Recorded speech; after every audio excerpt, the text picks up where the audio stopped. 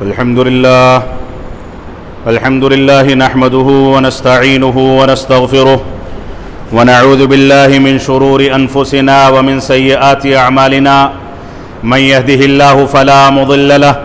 ومن يضلل فلا هادي له وأشهد أن لا إله إلا الله وحده لا شريك له وأشهد أن محمدا عبده ورسوله أما بعد فإن خير الحديث كتاب الله وخير الهدي هدي محمد صلى الله عليه وسلم وشر الأمور محدثاتها وكل محدثة بدعة وكل بدعة ضلالة وكل ضلالة في النار فأعوذ بالله السميع العليم من الشيطان الرجيم بسم الله الرحمن الرحيم وما قدر الله حق قدره والأرض وما قدر الله حق قدره والأرض وما قدر الله حق قدره. محترم سامعین کرام، بزرگان دین، نوجوانان ملت اسلامیہ، اللہ رب العالمین کے فضل و کرم سے اور اس کی توفیق سے اللہ رب العالمین نے ہم کو رمضان المبارک کے ان ایام کو نصیب فرمایا. آج اس مبارک مہینے کا تیسرا دن جو ہم گزار رہے ہیں، یہ اللہ رب العالمین کی نصرت و توفیق کا نتیجہ ہے. کتنے ایسے افراد ہیں اور ہمارے کتنے ایسے متعلقین ہیں جو رمضان کے چاند سے پہلے ہی اس دنیا سے رخصت ہو گئے، ان کو یہ مہینہ نصیب نہیں ہو سکا. اور ہندوستان ہی کی سرزمین پر اور پوری دنیا کے مختلف علاقوں میں اگر جائزہ لیا جائے تو یہ دیکھنے کو مل رہا ہے کہ کہیں مسجدیں بند کر دی گئیں، کہیں مسجدوں کی تعداد محدود کر دی گئی، اور کہیں مسلمان چاہنے کے باوجود رمضان کے فرائض کو انجام نہیں دے پا رہے ہیں. یہ اللہ رب العالمین کا فضل و کرم ہے کہ اس نے ہم کو اتنی صحت و تندرستی عطا فرمائی کہ ہم رمضان کے روزوں کا اہتمام کر سکیں، ورنہ بے شمار ایسے مسلمان ہیں جو بیماری کے ایام سے گزرنے کے نتیجے میں ان کو اللہ رب العالمین نے روزہ رکھنے کی طاقت سے محروم کر دیا. یہ اللہ رب العالمین کا فضل و کرم ہے کہ اللہ رب العالمین نے ہمیں اس مبارک مہینے کا یہ پہلا دن جو جمعہ کا دن ہے اور یہ تمام ایام میں سب سے مبارک دن ہے، یہ نصیب فرمایا.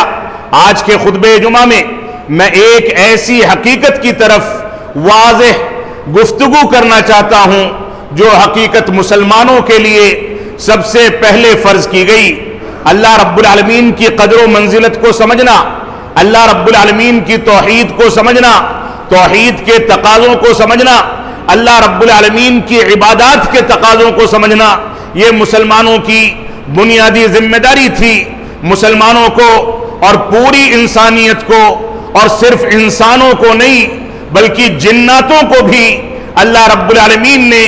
اسی مقصد کی تکمیل کے لیے پیدا فرمایا کہ اللہ رب العالمین کی عبادت کی جائے. اللہ رب العالمین کی عبادت کر کے اس کی توحید کو بجا لایا جائے،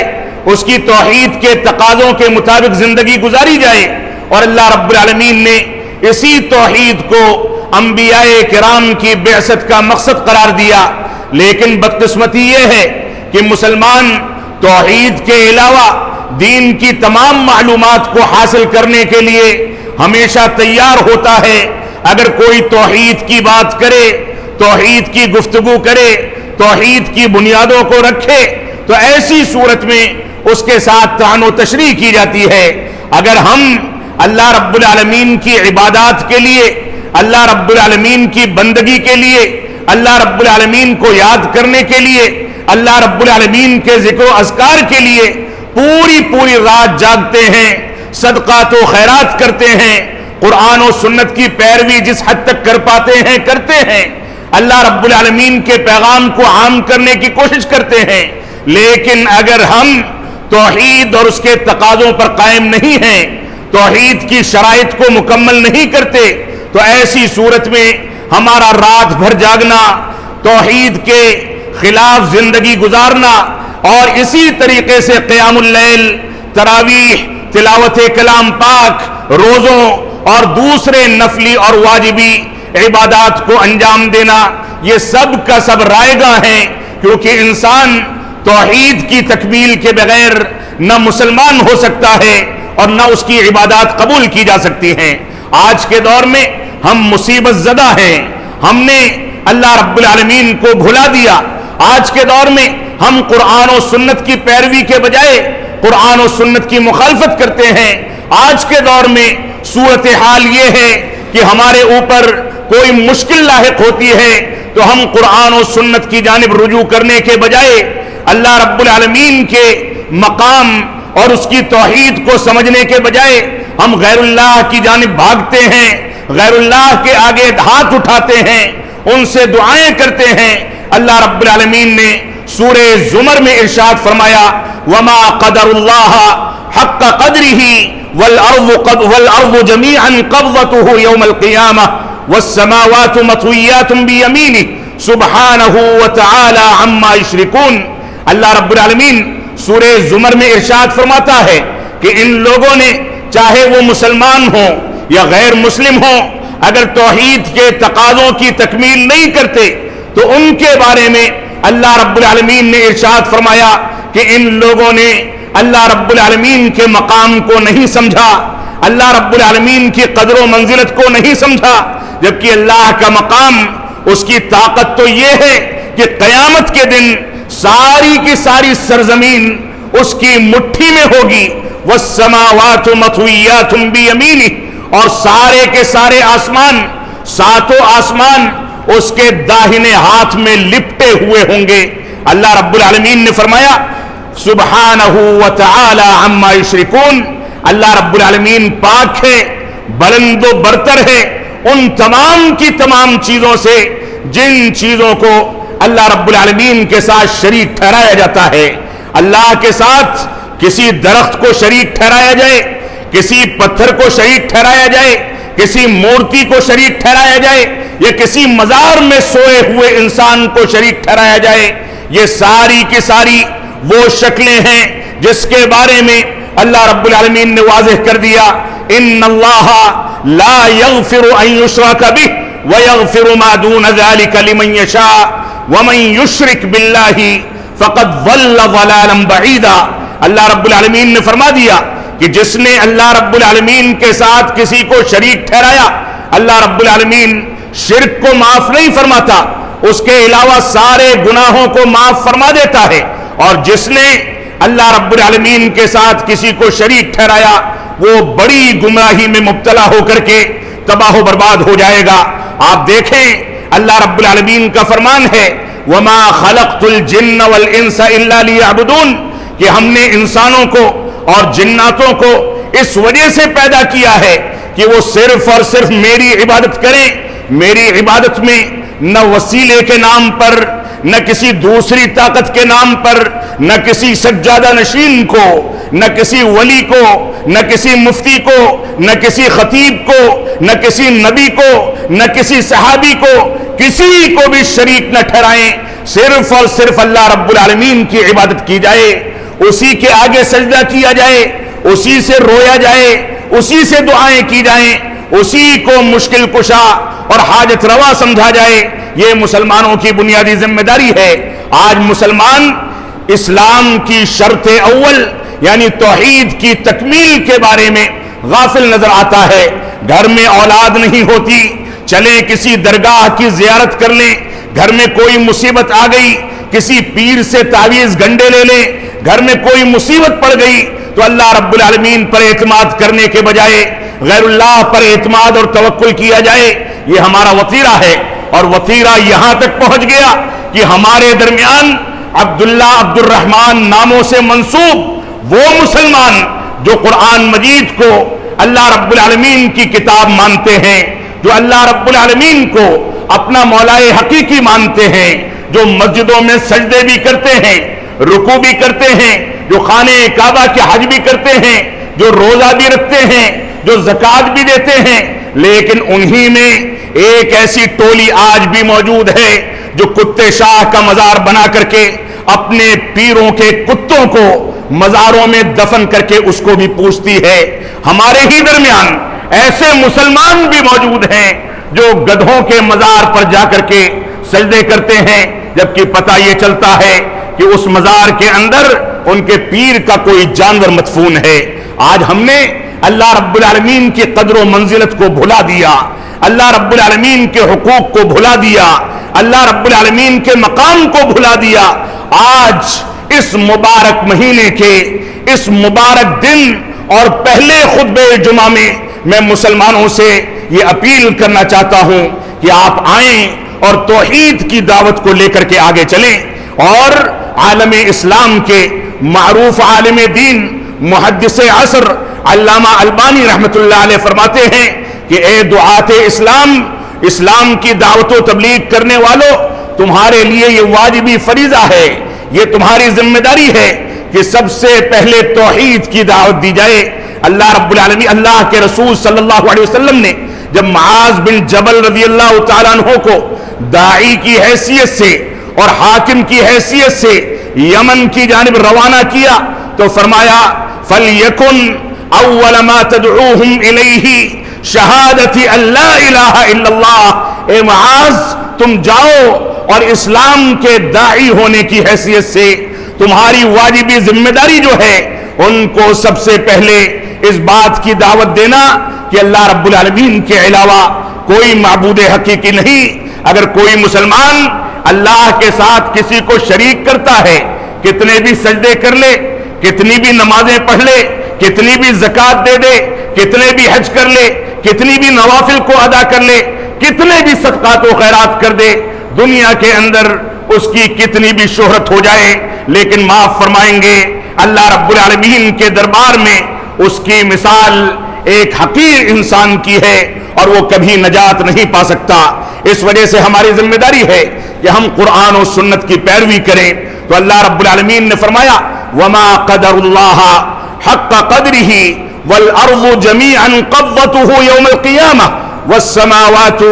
مَطْوِيَّاتٌ بِيَمِينِهِ سُبْحَانَهُ وَتَعَالَى عَمَّا يُشْرِكُونَ۔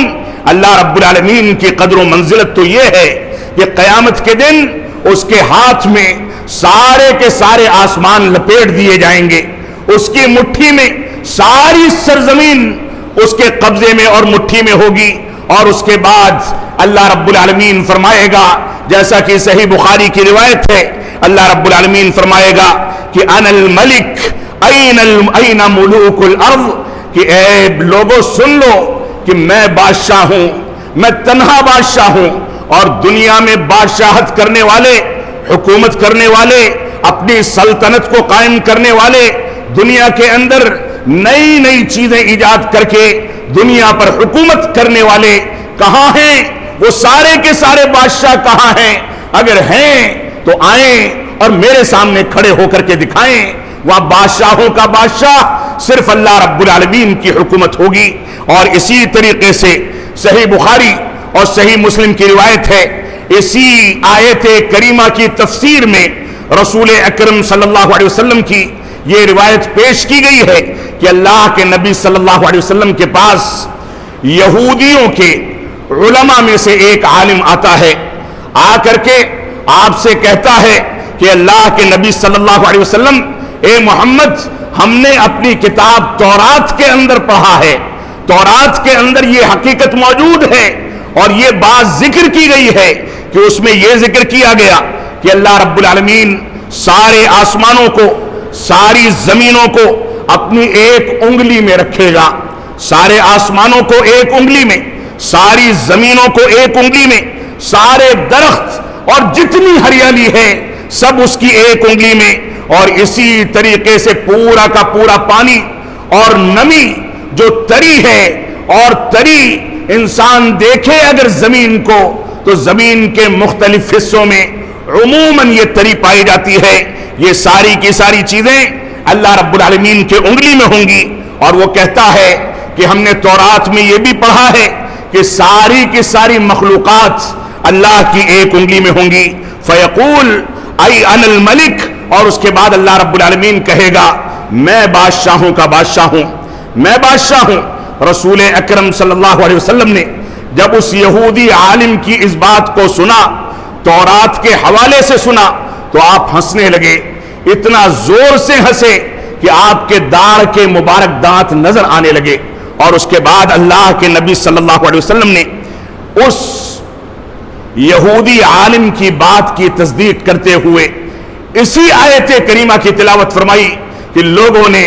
اللہ رب العالمین کی قدر و منزلت کو نہیں سمجھا. ہم کو رب کائنات کی قدر و منزلت کو دیکھنا ہے تو آپ اپنی پیدائش کے سسٹم کو دیکھیں, آپ اپنے مکانات کی تعمیر کو دیکھیں, آپ جو گاڑی گھوڑے چلتے ہیں لے کر کے اس کو دیکھیں, آپ ایک دوسرے کو پہچاننے کی صلاحیتوں کو دیکھیں, آپ اپنی آنکھوں کی نعمت کو دیکھیں, اپنی قوت گویائی کو دیکھیں, اپنے کانوں کو دیکھیں, اپنے احساس کو دیکھیں, اپنی ناک کو دیکھیں, اپنے دل و دماغ کو دیکھیں, اپنے ہاتھ کو دیکھیں, اپنے قدموں کو دیکھیں. کون سی ایسی نعمت ہے کہ اگر اللہ رب العالمین نے ہم کو اس سے محروم کیا ہوتا تو دنیا کی کوئی طاقت اس کا ایک ریزہ بھی ہم کو عطا کر پاتی. ہم چلتے ہیں تو اللہ رب العالمین کے دیے ہوئے پیروں سے چلتے ہیں, ہم بولتے ہیں تو اللہ رب العالمین کی دی ہوئی زبان سے بولتے ہیں. اور آپ دیکھ لیں اللہ رب العالمین کی قدرت کو, اللہ رب العالمین کے جلال کو, اور اللہ رب العالمین کے پاس جو کچھ طاقت ہے اس کو دیکھنا ہے تو ایک سے ایک سال میں دیکھ کر کے آپ اس سے عبرت حاصل کریں. عبرت حاصل نہیں کر سکے تو آپ کو کرنی چاہیے کس انداز سے ایک انسان کھیلتا کودتا ہنستا بولتا کھاتا پیتا اپنے گھر والوں کے ساتھ بیٹھتا ہے, اٹھتا ہے, اپنے گھر والوں کے ساتھ چلتا پھرتا ہے, یہ مطالبات کرتا ہے کہ مجھ کو آج افطار میں یہ کھانا ہے, سحری میں فلاں کھانا بنایا جائے. وہ مطالبات کرتا ہے کہ میں یہ کھانا چاہتا ہوں, یہ پینا چاہتا ہوں, چلو آج گاڑی اٹھا کر کے کسی ٹھنڈے علاقے کی سیر کر آئیں, کہیں گھوم ٹہل آئیں, چلو بچوں کے ساتھ آج جھولا جھول لیں. نہ جانے کون کون سے مطالبات اور شوق اس کے پورے ہوتے رہتے ہیں. اور دیکھتے ہی دیکھتے کہیں اس نے ہاتھ لگایا, ہاتھ کو ناک سے چھوایا اور اس کے بعد کورونا کا شکار ہو کر کے گھر والوں سے ان کی نگاہوں کے سامنے, ان کے زار و قطار بہتے ہوئے آنسوؤں کے سامنے اس کو اسپتال لے جایا گیا. اگلے دن فون آتا ہے کوئی اس دنیا سے رخصت ہو سکا ہے, نہ اس کے جنازے میں شرکت کر سکتے ہیں, نہ قبرستان میں آزادی کے ساتھ اس کے جنازے میں شریک ہو سکتے ہیں, نہ مٹی دے سکتے ہیں, نہ چہرہ دیکھ سکتے ہیں. لاش کو پیک کر دیا گیا, سیل کر دیا گیا, آپ دیکھ نہیں سکتے. محدود لوگ ہوں گے جنازے میں, وہ بھی شیلڈ پہن کر کے جائیں, پی پی کٹ پہن کر کے جائیں, تعداد محدود ہوگی. اور جا کر کے جے سی بی کے ذریعے ایک گڈھا کھودا جائے اور اس کو اس میں ڈال دیا جائے بکسے کے ساتھ, اور اوپر سے مٹی ڈال کر کے لوگ وہاں سے رخصت ہو جائیں. یہ کیفیت ہے, یہ ہماری کمزوری ہے. اس کے آگے اگر اللہ رب العالمین کی قدر و منزلت کو آج بھی انسان نہ سمجھ سکے تو کب سمجھے گا؟ تو اس احبار نے, اس یہودی عالم نے اپنی کتاب کی بات کہی کہ ہم نے اپنی کتاب میں پڑھا ہے کہ اللہ رب العالمین کی قدرت یہ ہے, اور اس کا جواب دیتے ہوئے ہمارے نبی آخر الزمان جناب محمد الرسول اللہ صلی اللہ علیہ وسلم فرماتے ہیں کہ ہاں ایسا ہی ہے, اور اللہ رب العالمین کی قدر و منزلت کو سمجھنا ہے تو اس آیت کریمہ کو پڑھ لو. اللہ رب العالمین کی طاقت, اس کی قدر و منزلت ہمارے سامنے واضح ہو جائے گی. لیکن اس کے باوجود ہم پیروں کے پاس جا کر کے ان کو اپنا حاجت روا سمجھتے ہیں, ان سے دعائیں کرتے ہیں. اس کے باوجود کمزور سجادہ نشینوں کے پاس جا کر کے ہم جناتوں کے لمس اور اپنی بیماریوں کا علاج تلاش کرنے کے لیے تعویذ گنڈے لٹکاتے ہیں, جبکہ اسلام نے اس کو شرک قرار دیا. ہم آج اتنے کمزور ہو چکے کہ ہم کو یہی پتا نہیں کہ ہم کو پیدا کرنے والا ایک حقیر پانی کے ذریعے, جو حقیر پانی باپ کی شرمگاہ سے نکل کر کے ماں کی شرمگاہ میں داخل ہوتا ہے, بچہ دانی میں ٹھہرتا ہے, پہلے خون کی شکل اور خون کا لوتھڑا بنتا ہے, گوشت کا لوتھڑا بنتا ہے, پھر اس پر ہڈیاں پہنائی جاتی ہیں, اور دیکھتے دیکھتے 9 مہینے کی مدت میں یہ بچے کی شکل اختیار کر کے ماں کی گود کو بھر دیتا ہے. جب نکلتا ہے تو ہم سب اسی مرحلے سے گزرے ہیں. ہم نے بھی اپنی ماؤں کے پیٹ میں 9 مہینے گزارے ہیں, ہم نے بھی اپنی ماؤں کے اور اپنے گھر والوں کی گود میں 2 سال تک دودھ پیا ہے. نہ ہم چل سکتے تھے، نہ بول سکتے تھے، نہ بیٹھ سکتے تھے، نہ مطالبات کر سکتے تھے، نہ کسی خراب اور اچھی چیز میں فرق کر سکتے تھے، لیکن اگر شعور عطا فرمایا کہ ہم کو مسجدوں میں جانا ہے، اگر کسی نے شعور عطا فرمایا کہ ہم کو اچھے اور برے میں تمیز کرنی ہے، اگر کسی نے شعور عطا فرمایا کہ مال کمانا ہے، دنیا میں عزت کمانی ہے، اگر کسی نے شعور عطا فرمایا کہ دنیا کے اندر دوسری اقوام سے زیادہ ترقی کرنی ہے، تعلیم حاصل کرنی ہے،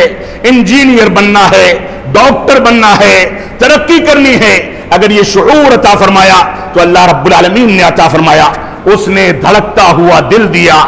اس نے کام کرنے والا دماغ دیا، جس کے نتیجے میں ہم سن شعور کو پہنچے اور دنیا میں اپنا ڈنکا پیٹنے لگے۔ لیکن ان ساری نعمتوں کے باوجود ہم یہ نہیں سمجھ سکے کہ ہم کو عبادت بھی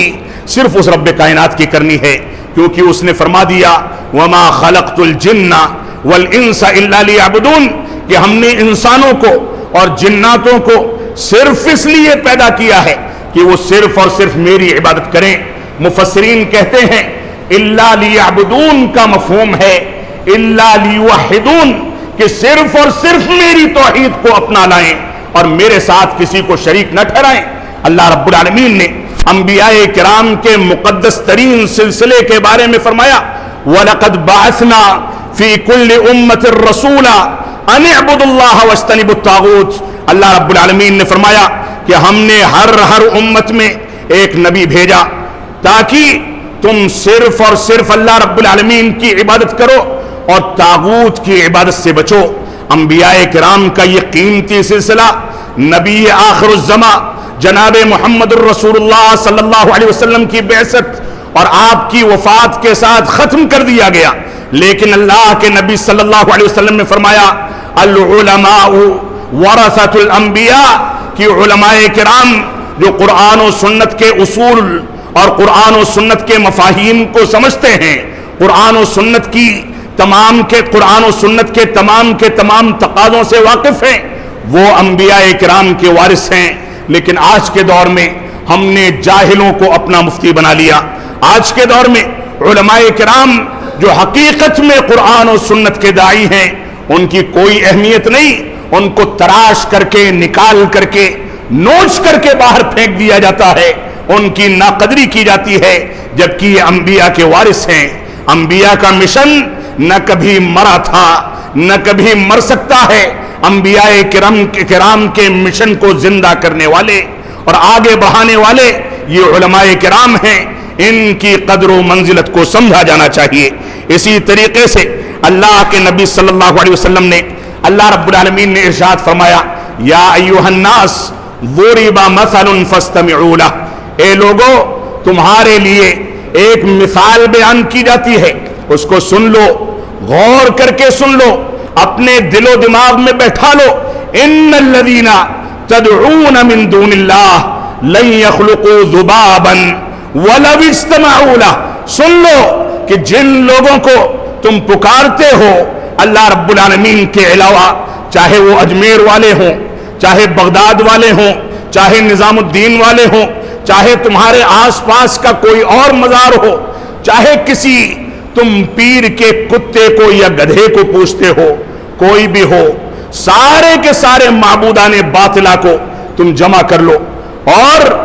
اگر جمع کر کے ان سے مطالبہ کرو کہ ایک مکھی پیدا کر دیں، لن يخلقوا ذبابا ولو اجتمعوا لہ، وہ ایک مکھی بھی پیدا نہیں کر سکتے، چاہے اس کے لیے سارے کے سارے جمع ہو جائیں۔ وَإِن يَسْلُبْهُمُ الذُّبَابُ شَيْئًا، اور اگر مکھی ان سے کوئی چیز چھین کر کے بھاگنے لگے تو اس کو پا بھی نہیں سکتے، واپس حاصل نہیں کر سکتے، واپس چھین نہیں سکتے۔ ضعف الطالب والمطلوب، جو لوگ پکارتے ہیں وہ بھی اور جن کو پکارا جاتا ہے وہ بھی بڑے کمزور ہیں، بڑے لاچار ہیں، ان کی سکت میں، ان کی طاقت میں تو اتنا بھی نہیں ہے کہ کھانسی زکام ہو جائے اور اپنی موت کو اپنی زندگی سے دور کر سکیں۔ ان کی طاقت تو اتنی کمزور ہے کہ اگر ان کو کمزوری لاحق ہو جائے تو وہ بے جان لاٹھی پر ٹیکا لگا کر کے چلتے ہیں۔ وہ تو اتنے کمزور ہیں کہ اگر ان کو کمزوری لاحق ہو جائے تو شرمگاہ کی بے پردگی کے باوجود ان کے گھر کا کوئی شخص ان کو بیت الخلا میں لے جا کر کے بیٹھاتا ہے، اس کے بعد استنجا اور قضاء حاجت پر قدرت حاصل ہوتی ہے۔ وہ تو اتنے کمزور ہو جاتے ہیں کہ میڈیکل اسٹور سے بڑے ڈائپرز پہنا کر کے ان کی حفاظت کی جاتی ہے، بستروں کو بچایا جاتا ہے۔ وہ تو اتنے کمزور ہیں کہ اگر بولنا چاہیں تو بول نہیں سکتے، سونگنا چاہیں تو سونگ نہیں سکتے، سننا چاہیں تو سن نہیں سکتے، ہاتھ بڑھانا چاہیں تو ہاتھ نہیں بڑھا سکتے، چلنا چاہیں تو پیر کو حرکت نہیں دے سکتے، الا یہ کہ اللہ رب العالمین ان کو توفیق دے دے۔ اس وجہ سے ہم کو اللہ رب العالمین کی قدرت کو سمجھنا چاہیے۔ اللہ رب العالمین نے فرمایا وَنَضَعُ الْمَوَازِينَ الْقِسْطَ لِيَوْمِ الْقِيَامَةِ فَلَا تُظْلَمُ نَفْسٌ شَيْئًا وَإِنْ كَانَ مِثْقَالَ حَبَّةٍ مِّنْ خَرْدَلٍ أَتَيْنَا بِهَا وَكَفَى بِنَا حَاسِبِينَ۔ اللہ رب العالمین نے قیامت میں میزان کا تذکرہ کر کے اس معروف آیت کریمہ جو سورۃ الانبیاء کی آیت ہے اس میں فرما دیا کہ قیامت کے دن میزان اور ترازو رکھا جائے گا، کسی کے ساتھ ظلم نہیں ہوگا، اور کسی نے ایک رائی کے برابر اگر نیکی کی ہوگی تو اس کو بھی لا کر کے سامنے رکھ دیا جائے گا۔ یہ میزان کیسے بھاری ہوگا اس سے بھی ہم اللہ رب العالمین کے مقام کو اور اس کی قدر و منزلت کو سمجھ سکتے ہیں۔ اللہ رب العالمین ہم کو اس بات کی توفیق عطا فرمائے کہ ہم اللہ رب العالمین کے مقام کو سمجھیں۔ وقت ختم ہو چکا ہے، خطبے کی تکمیل آئندہ خطبے جمعہ میں کی جائے گی۔ اللہ رب العالمین ہم کو توحید کو سمجھنے، اتباع رسول کو سمجھنے، توحید کے مسائل پر ترکیز کر کے اس کے مطابق زندگی کو ڈھالنے کی توفیق عطا فرما۔ اللہ رب العالمین ہم کو توفیق عطا فرما کہ ہم توحید کے تقاضوں کی تکمیل کر سکیں۔ ہماری موت تو یقینی ہے، چاہے کرونا سے ہو جائے، چاہے معمولی بیماریوں سے ہو جائے، چاہے کسی حادثے میں ہو، چاہے بڑھاپے میں ہو، بچپنے میں ہو، نوجوانی میں ہو، یہ موت تو یقینی ہے۔ لیکن اس موت کے بعد کی ہمیشگی کی زندگی کی تیاری اگر کرنی ہے تو اللہ رب العالمین پر اعتماد کرنا ہوگا، اس کی توحید کے تقاضوں کی تکمیل کرنی ہوگی۔ اگر یہ توحید لے کر کے نہیں گئے تو قبر میں بھی نہ فرشتوں کو منہ دکھا پائیں گے، نہ آخرت میں اللہ رب العالمین ہمارے حق میں کوئی بہتر فیصلہ فرمائے گا۔ اس وجہ سے ہماری ذمہ داری ہے کہ موت کے خوف کو ہم بالائے طاق رکھ دیں، چاہے کرونا ہم کو دبوچ کر کے اسپتال میں پہنچائے اور اسپتال سے قبرستان میں پہنچا دے، اس موت کے خوف کو بالائے طاق رکھ دیں۔ بھول جائیں کہ دنیا کے کسی بھی ڈاکٹر سے رجوع کیا جائے، کتنی بڑی سے بڑی تدابیر اختیار کر لی جائیں، بڑے سے بڑے اسپتال میں آپ چلے جائیں، آئی سی یو میں بھرتی ہو جائیں، وینٹیلیٹر پر چلے جائیں، لیکن موت جب آنی ہے اس موت کو نہ ایک سیکنڈ پہلے آنا ہے، نہ ایک سیکنڈ کوئی ٹال سکتا ہے۔ ساری کی ساری تدابیر ناکام ہو جاتی ہیں۔ اس وجہ سے اس بات کو تو بھول جائیں، احتیاطی تدابیر اختیار کریں، صحت و تندرستی کا خیال کریں، اسلام میں یہ سب مطلوب ہے، لیکن موت کے خوف کے نتیجے میں آپ اس انداز کی زندگی گزاریں کہ جب موت کا خوف سامنے ہو تو اللہ اللہ، اور جب موت کا خوف ٹل جائے تو شیطان کی پیروی کرنے لگے۔ یہ مسلمان کا وتیرہ اور مسلمان کا طریقہ نہیں ہے۔ اللہ رب العالمین ہمارے لیے اس مبارک مہینے کو بابرکت بنا دے۔ اے رب کائنات، ہم تجھ سے دعا کرتے ہیں کہ اس مبارک مہینے میں زیادہ سے زیادہ نوافل، زیادہ سے زیادہ واجبات کو ادا کر کے اپنی قربت اختیار کرنے، اپنی رضامندی تلاش کرنے کی ہم کو توفیق عطا فرما۔ ہم کو توفیق عطا فرما کہ ہم شرکیات سے، بدعات و خرافات سے توبہ کریں، توحید و سنت کی جانب رجوع کریں، سلف صالحین اور صحابہ کرام کے منہج کو سمجھ کر کے اس کے مطابق اپنی زندگی کو ڈھالیں۔ یہی دنیا کے اندر پیدائش کا مقصد ہے۔ اللہ رب العالمین ہم کو اس بات کی توفیق عطا فرمائے، ہم جب تک جئیں تب تک اسلام پر جئیں، جب ہمارا خاتمہ ہو تو ایمان پر ہو۔ بارک اللہ لنا ولکم فی القرآن المجید ونفعنی وإیاکم بالآیات والذکر الحمید، انہ تعالی جواد کریم ملک